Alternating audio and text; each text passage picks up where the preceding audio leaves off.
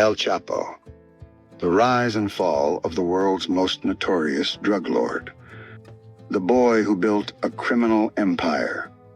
Imagine becoming one of the richest and most feared men on earth, not by building companies, inventing technology, or leading a country, but by creating a criminal empire that stretched across continents. A man who escaped prison not once, but twice. A man whose name terrified governments, rival cartels, and even some of the world's most powerful law enforcement agencies.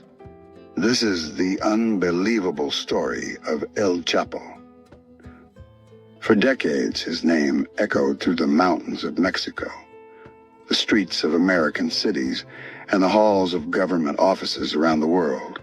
Some called him a ruthless criminal. Others saw him as a folk hero who helped poor communities. To the authorities, he was one of the most wanted fugitives in modern history. But before he became one of the world's most powerful drug traffickers, he was simply a poor boy growing up in a tiny mountain village with almost nothing.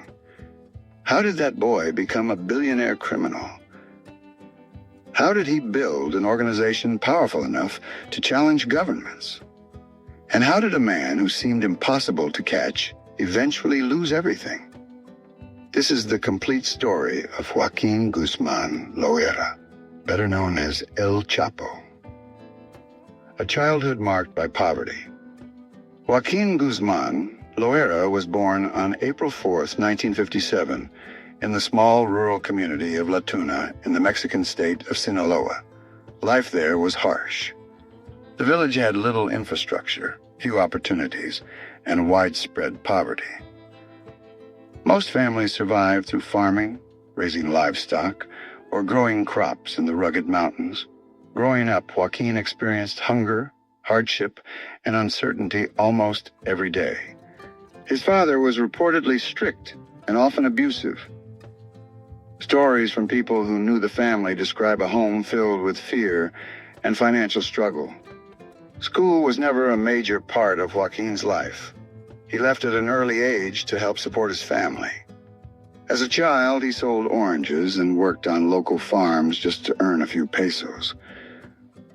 But in the mountains of Sinaloa, there was another business, one that paid far more than honest work. For generations, some remote communities had been involved in growing illegal crops because they offered far greater profits than traditional farming.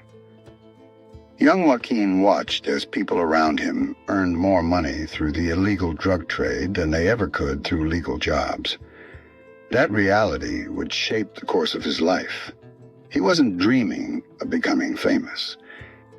He wasn't planning to become one of history's most wanted criminals.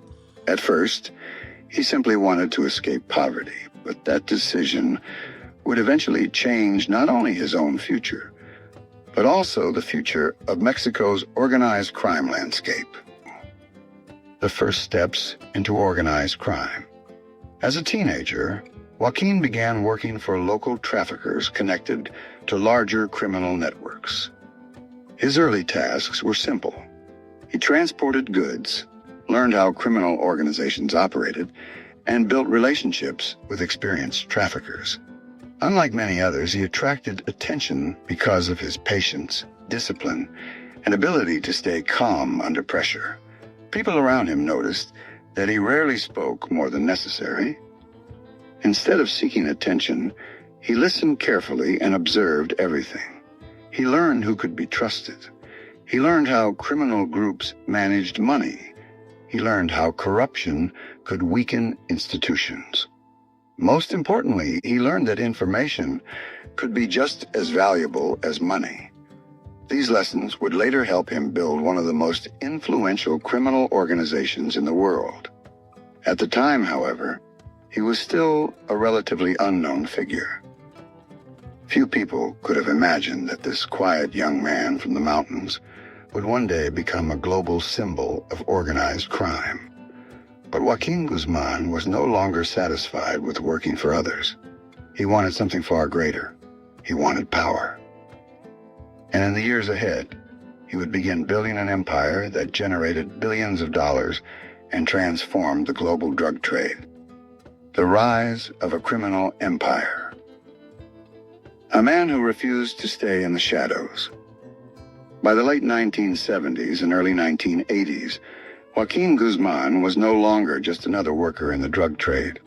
He wanted control. He wanted influence. Most of all, he wanted independence. During this period, he became associated with larger trafficking organizations operating in northern Mexico.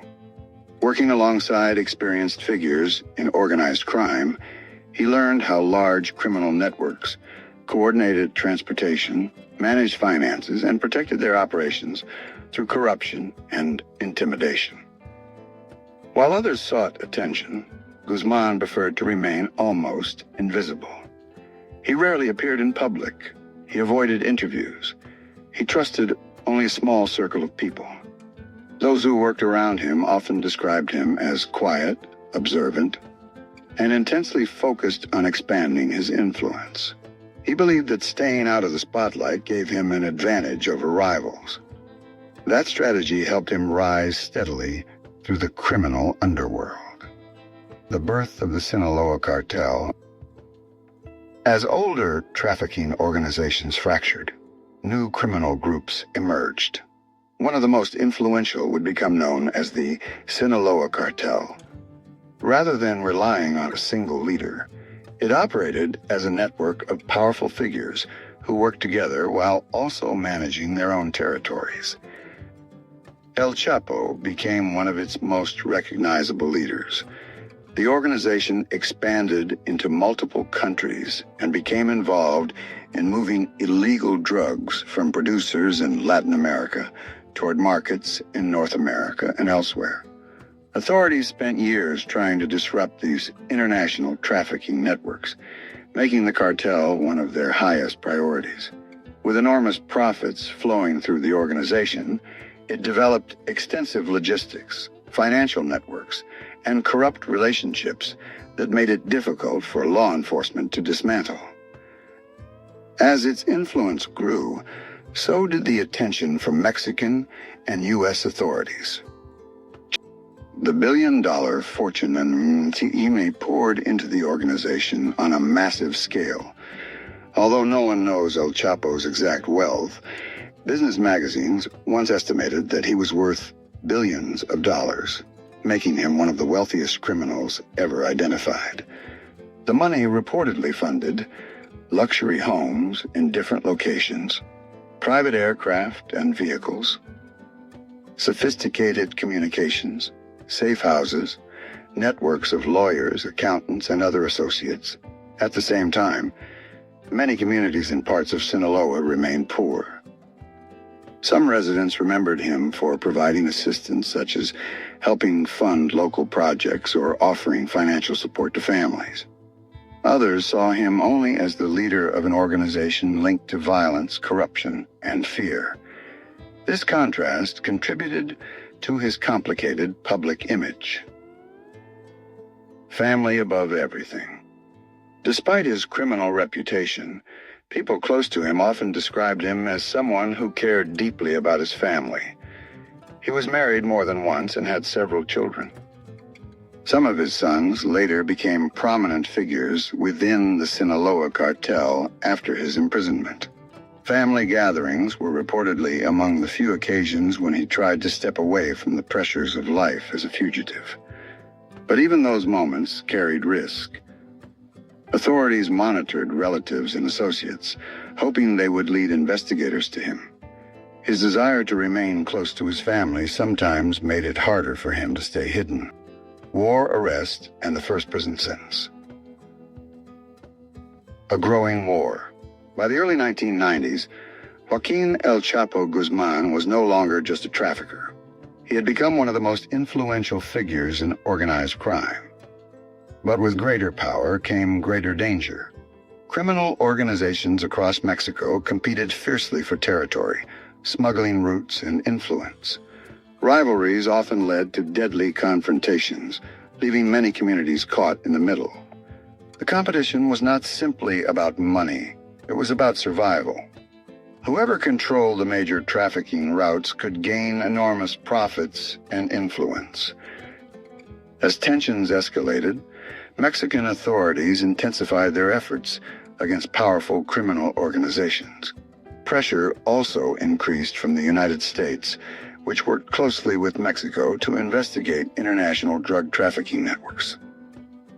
El Chapo suddenly found himself facing pressure from every direction.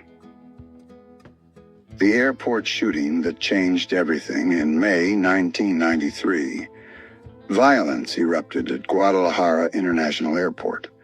During a confrontation involving rival criminal groups, Roman Catholic Cardinal Juan Jesus Posadas Ocampo was tragically killed after being caught in the crossfire.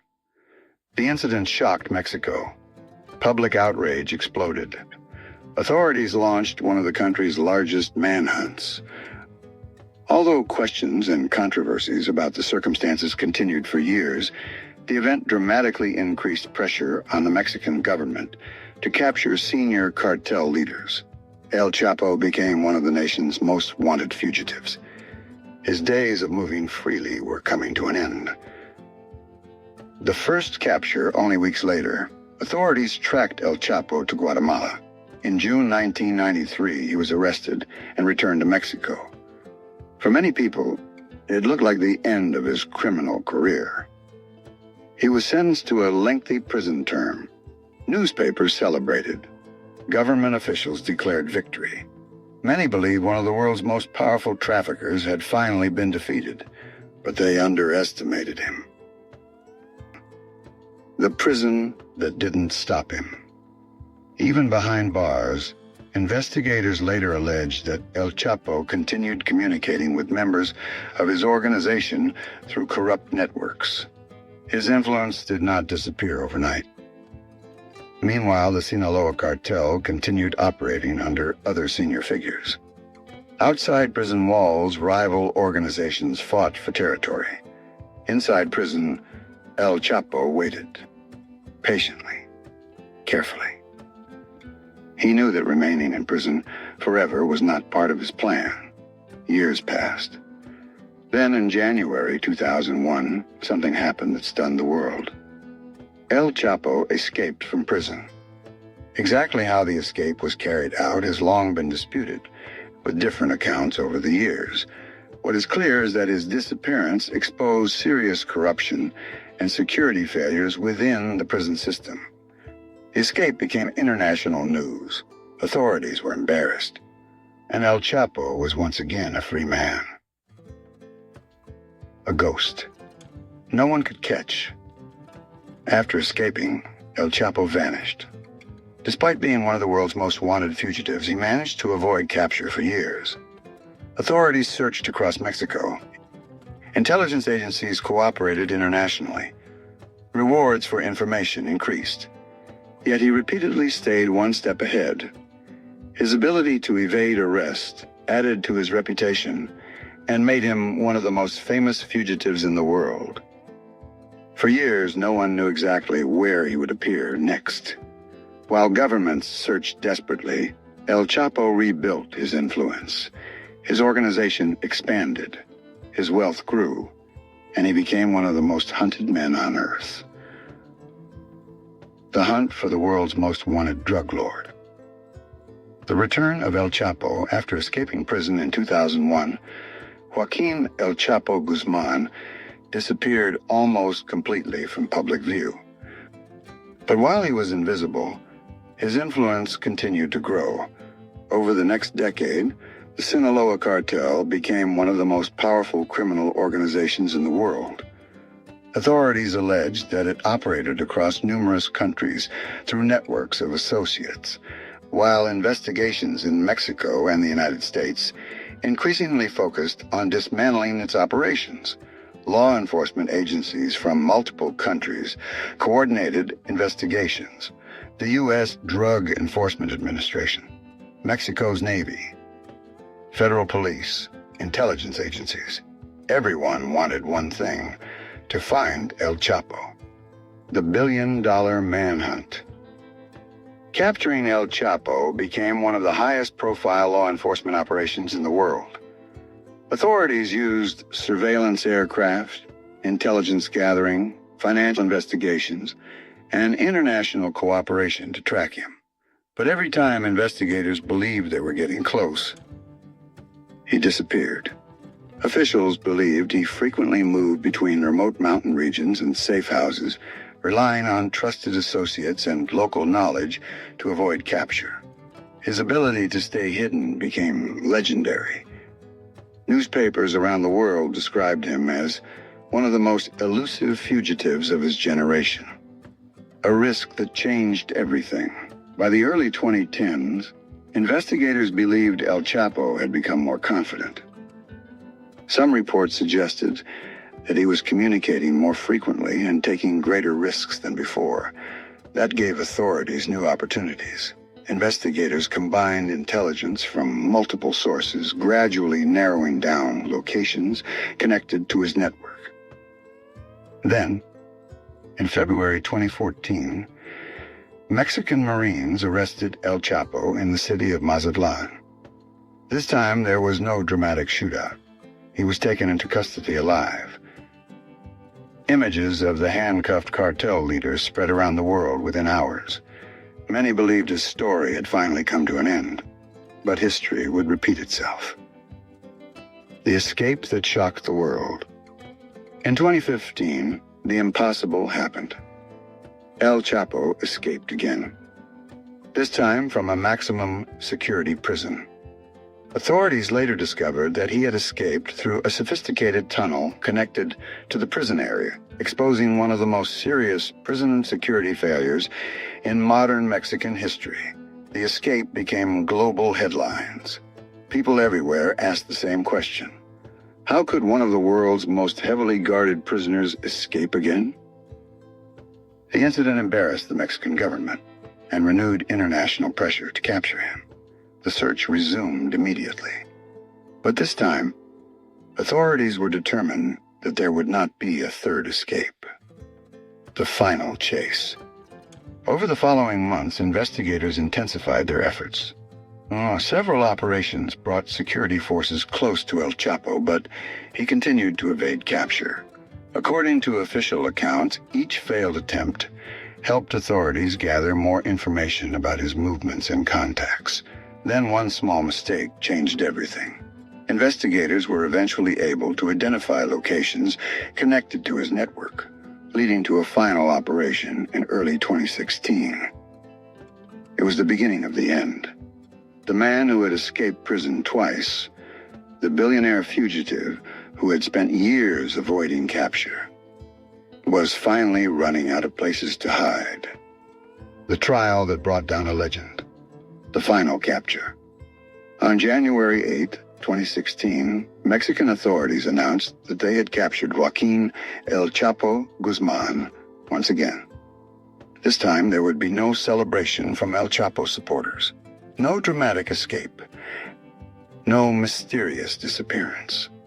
After months of tracking his movements, Mexican Marines located him in the city of Los Mochis, Sinaloa. Authorities reported that he initially escaped through underground passages connected to the area before eventually being found and arrested later that day. The operation marked the end of one of the world's longest and most expensive manhunts. For the first time in years, the world's most wanted drug lord had nowhere left to run.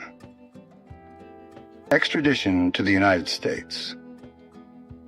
Although El Chapo was back in a Mexican prison, one question remained.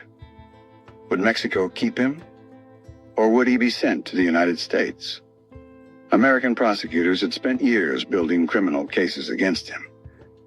They argued that he had led one of the largest international drug trafficking organizations in history and should stand trial in the United States. In January 2017, Mexico extradited El Chapo to the U.S.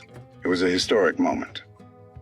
The man who had embarrassed Mexican authorities with 2 prison escapes was now in a prison system designed to prevent another escape. He arrived under extraordinary security, Authorities treated him as one of the highest-risk prisoners in the world. The trial that revealed everything. The trial began in New York in late 2018. For months, jurors listened to testimony from former cartel members, investigators, financial experts, and cooperating witnesses. The courtroom heard detailed allegations about how the Sinaloa Cartel operated, its leadership structure, and the immense profits generated by the organization. The trial attracted worldwide attention. Reporters from around the globe packed the courtroom. Every day seemed to reveal another dramatic chapter in the cartel's history. El Chapo himself remained calm. He spoke very little. Instead, prosecutors relied on years of investigations, documents, intercepted communications, and witness testimony to present their case. His defense challenged the government's evidence and argued that other cartel figures were responsible for many of the crimes. After months of testimony, the jury reached its decision: life without freedom. In February 2019, El Chapo was found guilty on multiple federal charges. Several months later, he was sentenced to life imprisonment plus additional years under U.S. law. He was transferred to the ADX Florence Supermax prison in Colorado, one of the most secure prisons in the United States. Many prisoners there spend nearly all of each day in their cells under extremely restrictive conditions. For a man who had once commanded enormous wealth and influence, life changed completely. The businessman of crime, the billionaire fugitive, the man who escaped prisons twice, would spend the rest of his life behind concrete walls. What happened after El Chapo? Many people assumed that once El Chapo went to prison, the Sinaloa Cartel would disappear. It didn't. Authorities say the organization continued under other leaders, including some of El Chapo's sons and longtime associates, though internal rivalries and law enforcement pressure have continued to shape its future. His imprisonment ended his personal freedom. It did not instantly end organized crime. Joaquín El Chapo Guzmán's story is one of extraordinary ambition, enormous wealth, and ultimately devastating consequences. He rose from poverty in the mountains of Sinaloa to become one of the most infamous figures in modern organized crime. For years, he stayed ahead of rivals and authorities alike.